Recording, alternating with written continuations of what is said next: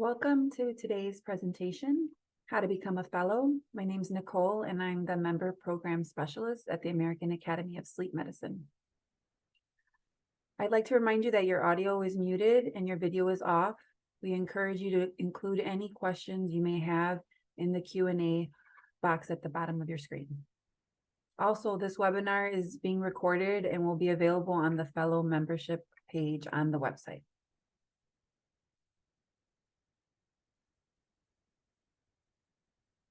Thank you again for joining us, and let's get started. Today's agenda includes what fellow membership entails, the eligibility requirements, some application examples, common questions, and I'll also leave some time at the end to address any of the questions left in the Q&A box.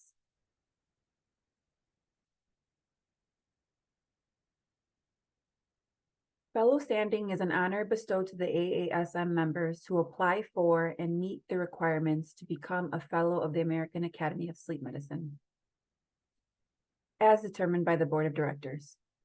The AASM accepts fellow applications on an annual schedule. There is no cost to apply. Full and team members are eligible to apply. Applications are evaluated by a fellow applicant review committee.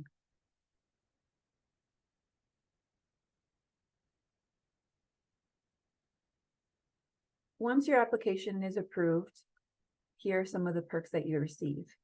You can use the FAASM credential. You're listed on the public listing in the fellow section on the AASM website. You receive a formal certificate, letter from the president, a fellow label pin, all mailed to you.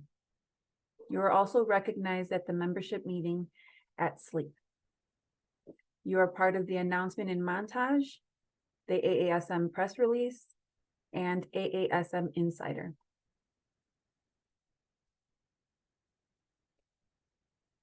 Then we'll get into eligibility requirements. Now, before you apply, we ask that you keep the following in mind. Have you been a full or team member for the last 5 consecutive years? Keep in mind this would be full and team only. A student membership would not count towards your eligibility. Now, any recent activities, can you list specific examples within the last 5 years to show your contributions? Is your CV resume up to date? Have you considered who will write your 2 letters of recommendation or support? And also, have you renewed for membership for 2024? And heads up, we'll start accepting renewals online on Monday, October 2nd.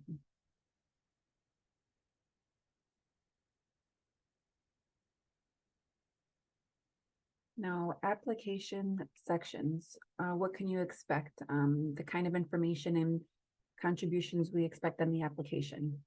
Have you been an ASM regular or team member for the last 5 consecutive years? Is there a pending or final disciplinary action against you or by any faculty or state licensure board? Document your special contributions to scientific literature or significant advancements in the field of sleep medicine in at least 2 of the 3 areas, including scholarship, service, or education. Health professional or public awareness are under education.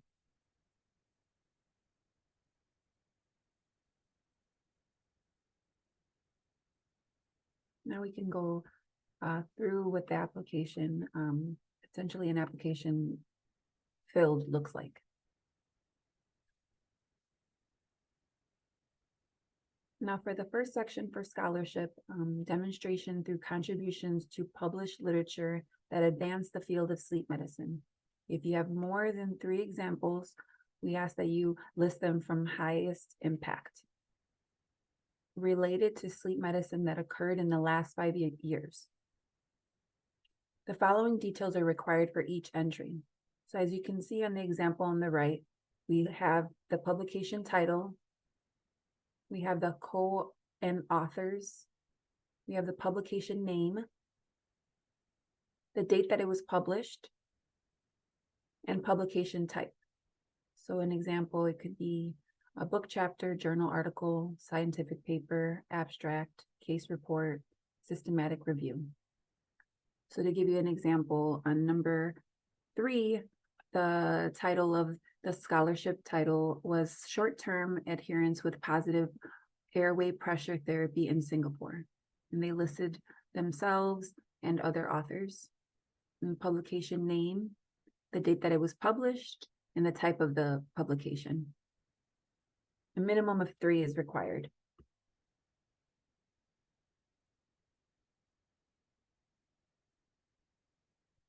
Moving along to service, participation in the practice of sleep medicine with proven leadership within the healthcare community relating to the advancement of sleep medicine. This may include activities with the AASM or other sleep-related associations. Service requires 1, a minimum of 3 activities that span multiple years will count as 1 activity per year. So for example, if you're on one of the AASM committees and 2 years on the committee will equal 2 separate volunteer activities. Activities must be taking place within the 5 years, within the past 5 years.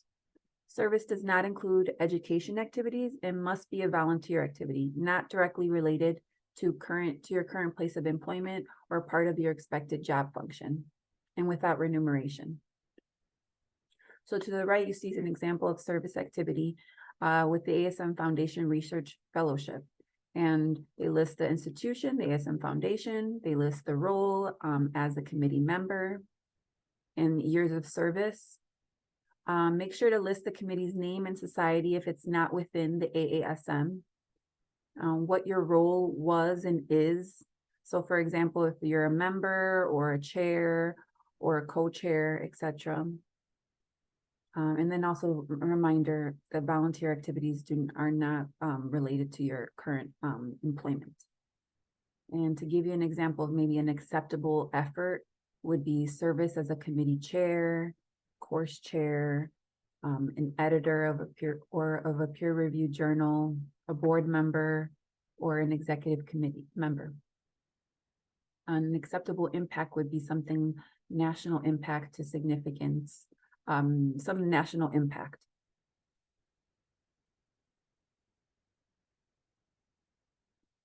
And education, you have the option to choose one or the other.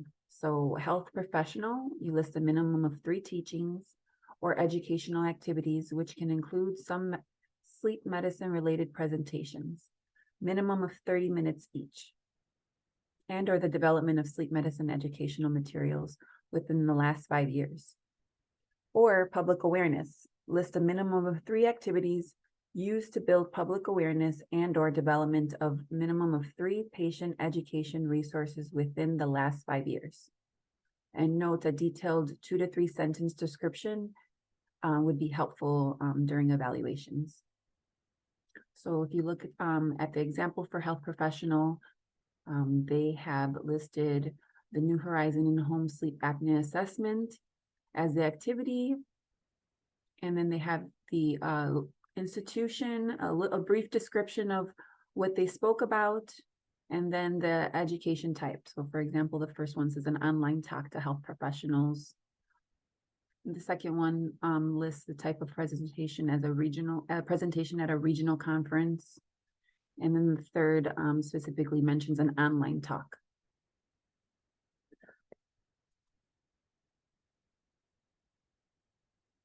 An acceptable effort for education would be, something else would be interviewed as an SME for an article that provided at least 30% of the content, or creating patient education material distributed at a local event, giving a talk at a local or state level meeting conference. An acceptable impact would be a small talk at a local level or regional level.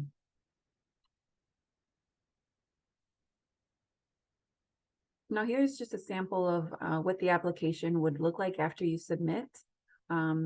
Here you'll see the basic information, a name, member number, membership type, your current employment, your title, preferred mailing, so we will be sending documents afterwards, contact information in the event that we have any question about your application, and then questions to ask about your application history, if you've had any disciplinary action, and of course, meeting that last 5 years of active membership. And in this case, a full member chose service and education sections. For the service, make sure you add the committee name, the institution, the role, and the years required.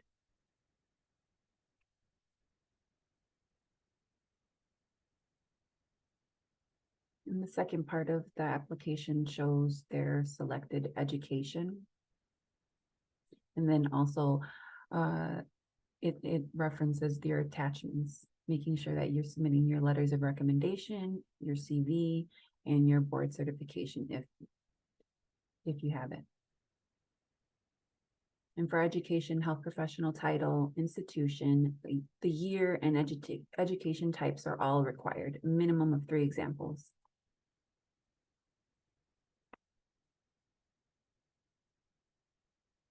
Let's get over the timeline and review process.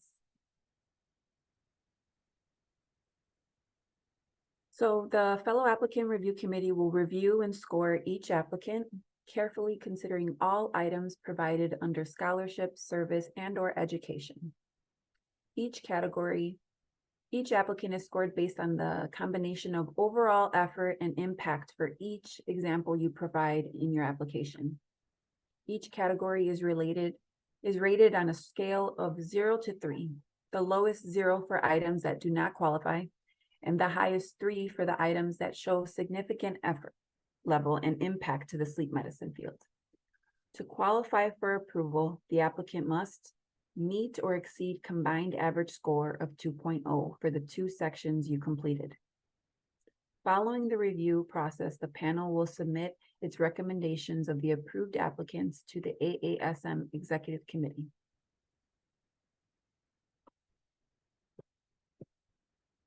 Now let's talk about the timeline. For applications, they open on October 11th and they close on November 30th. Staff will review applications and confirm requirements are met.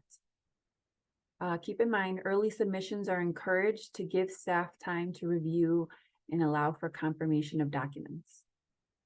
Between December and January, the Fellow Applicant Review Committee will evaluate applications and submit their recommendations to the board for final approval. By March, applicants will be notified of their decision by email, and certificates and letters will be distributed. By June, a recognition and a class picture will be taken during the AASM membership meeting at the annual meeting. ASM Fellow names and pictures will be listed on the website.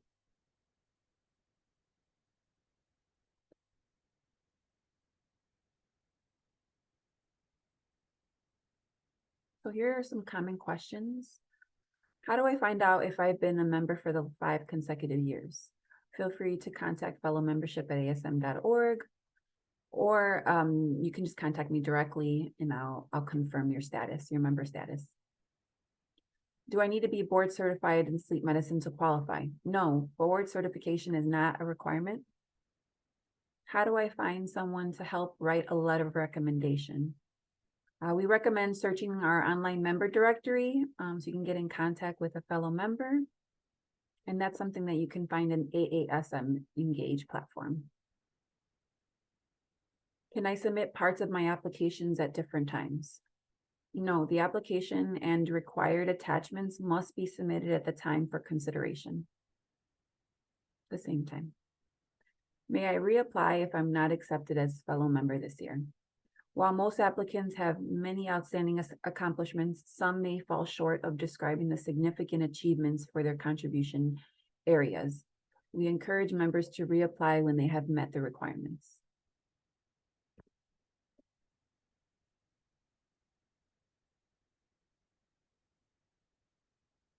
Resources.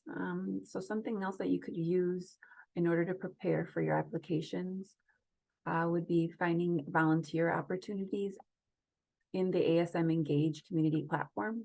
So in the event that you see that you may not have service for your current application, we recommend volunteering with the ASM and starting that process so that you can eventually apply in the future and have those volunteer opportunities under your belt. We also recommend connecting with your peers in ASM Engage, specifically the membership directory, any of your colleagues that would be willing to write a letter of recommendation. You can also take a look at our fellow listings on the ASM website, where you can get in contact with any of our fellows that have been approved in the past. And then also you can contact myself and I can check your status and history and confirm if you are eligible to apply.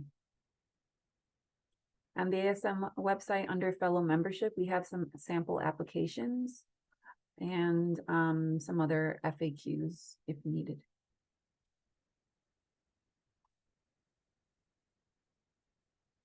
Now, at this time, I'm going to address any questions that have been put in the Q&A box. So feel free to put any now if you need to.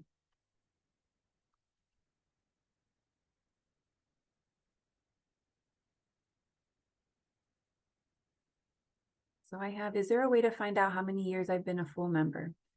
So yes, you can log into your ASM account and look at your member history.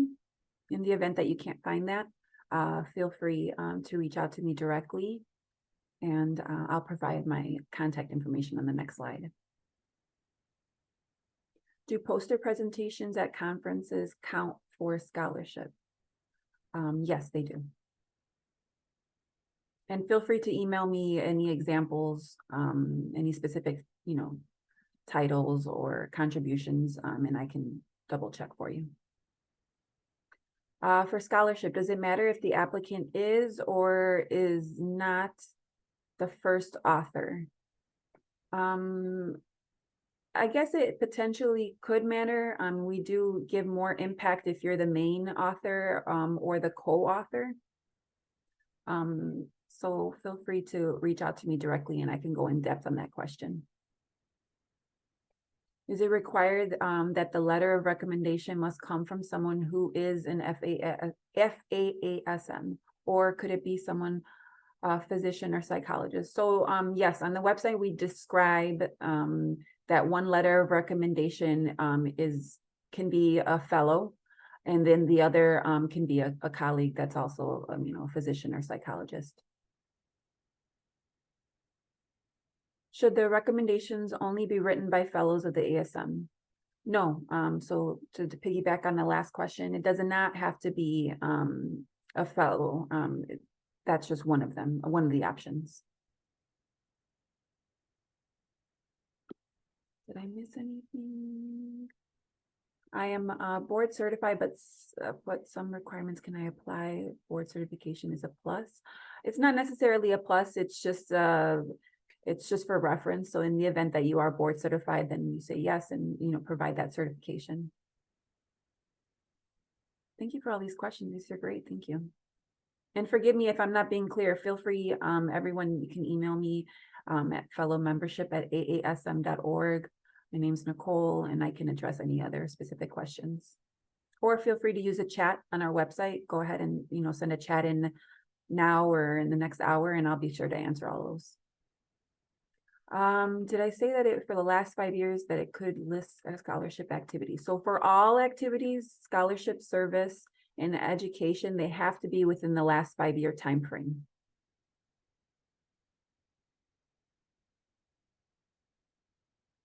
Am I missing anything? No, I think I've addressed all of the questions so far.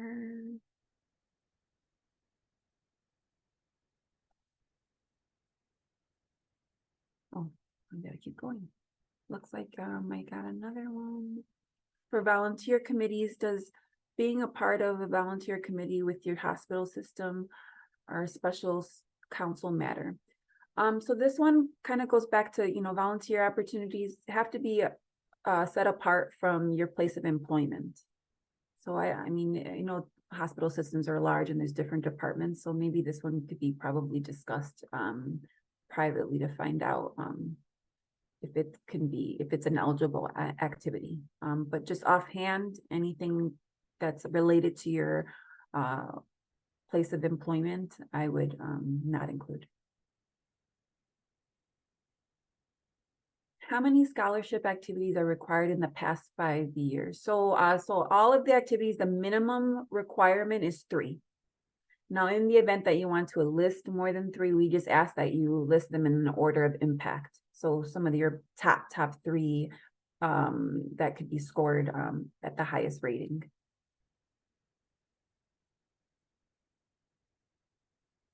There is no FAASM in here in my country. Will it be okay to get the letter of recommendations from the medical director of the hospital I work in the Dean University I teach at? I don't see why not. But please, if you don't mind emailing me at fellowmembership@aasm.org so I can make sure I'm understanding the question correctly and give you the right information. I think I may have answered this already, but I'll just say it again. I'm a board certified, but some requirements. Can I apply for board certification? Is it a plus? So you could definitely apply for board certification, but it's not going to be an added, or kind of doesn't impact your score whatsoever. How many publications do we need? 3. So we need at least 3. The application is not going to let you go past to the next section unless you've completed at least 3 minimum activities per section.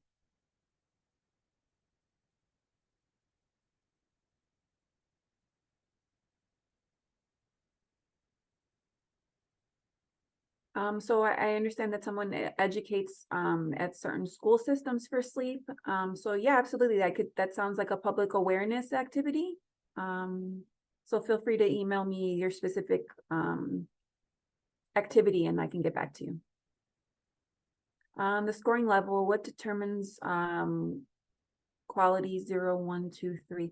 So that was, kind of an impact scoring level that the fellow applicant review references. So I do remember giving an example on one of the slides for service, or was it for education, that pretty much if it was a local event, then that was, acceptable. If it was a national event, then it was considered, above acceptable, which would be a 3.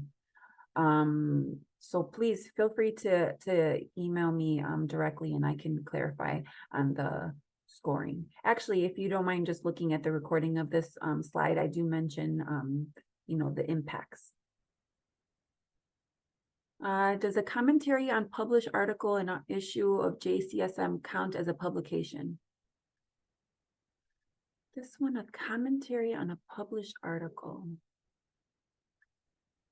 I don't want to answer this. I have to double check because I haven't seen this one, a commentary. I've obviously seen, published authors or co-authors, but a commentary, I'll have to see. And even if it is acceptable, I mean, it would be,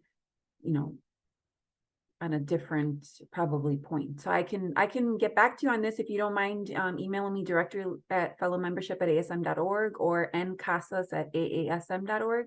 Or again, if you want to chat and we can talk about this over the phone too. Does a commentary, I think I must have answered all my questions because I cleared them out already. So if anyone has any other ones, feel free to put them in. Otherwise, I think I'm going to go on to my next slide. This one, does fellow, do fellow driven posts? So posters, I'm imagining this probably post has to do with posters. And yes, those are eligible items.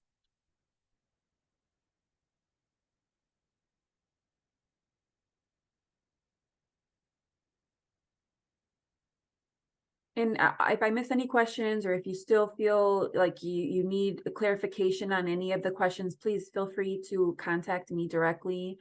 My telephone number is 630-737-9710. And you can contact me at fellowmembership@aasm.org or directly at ncasas@aasm.org. Once again, my name is Nicole Casas. I'm the membership program specialist here at the American Academy of Sleep Medicine. I thank you all for joining us today. And if you have any ideas, comments, or any other questions, even about membership in general, feel free to reach out to me. It doesn't have to be about Fellow membership or about applying for this. And I look forward to seeing your applications. A reminder, applications are going to open on October 11th, and then they'll close on November 30th. And I hope you all have a great rest of your day. Oh, my phone number is 630-737-9710. And feel free to call me or email me. Thank you all for joining. Have a good day and good weekend.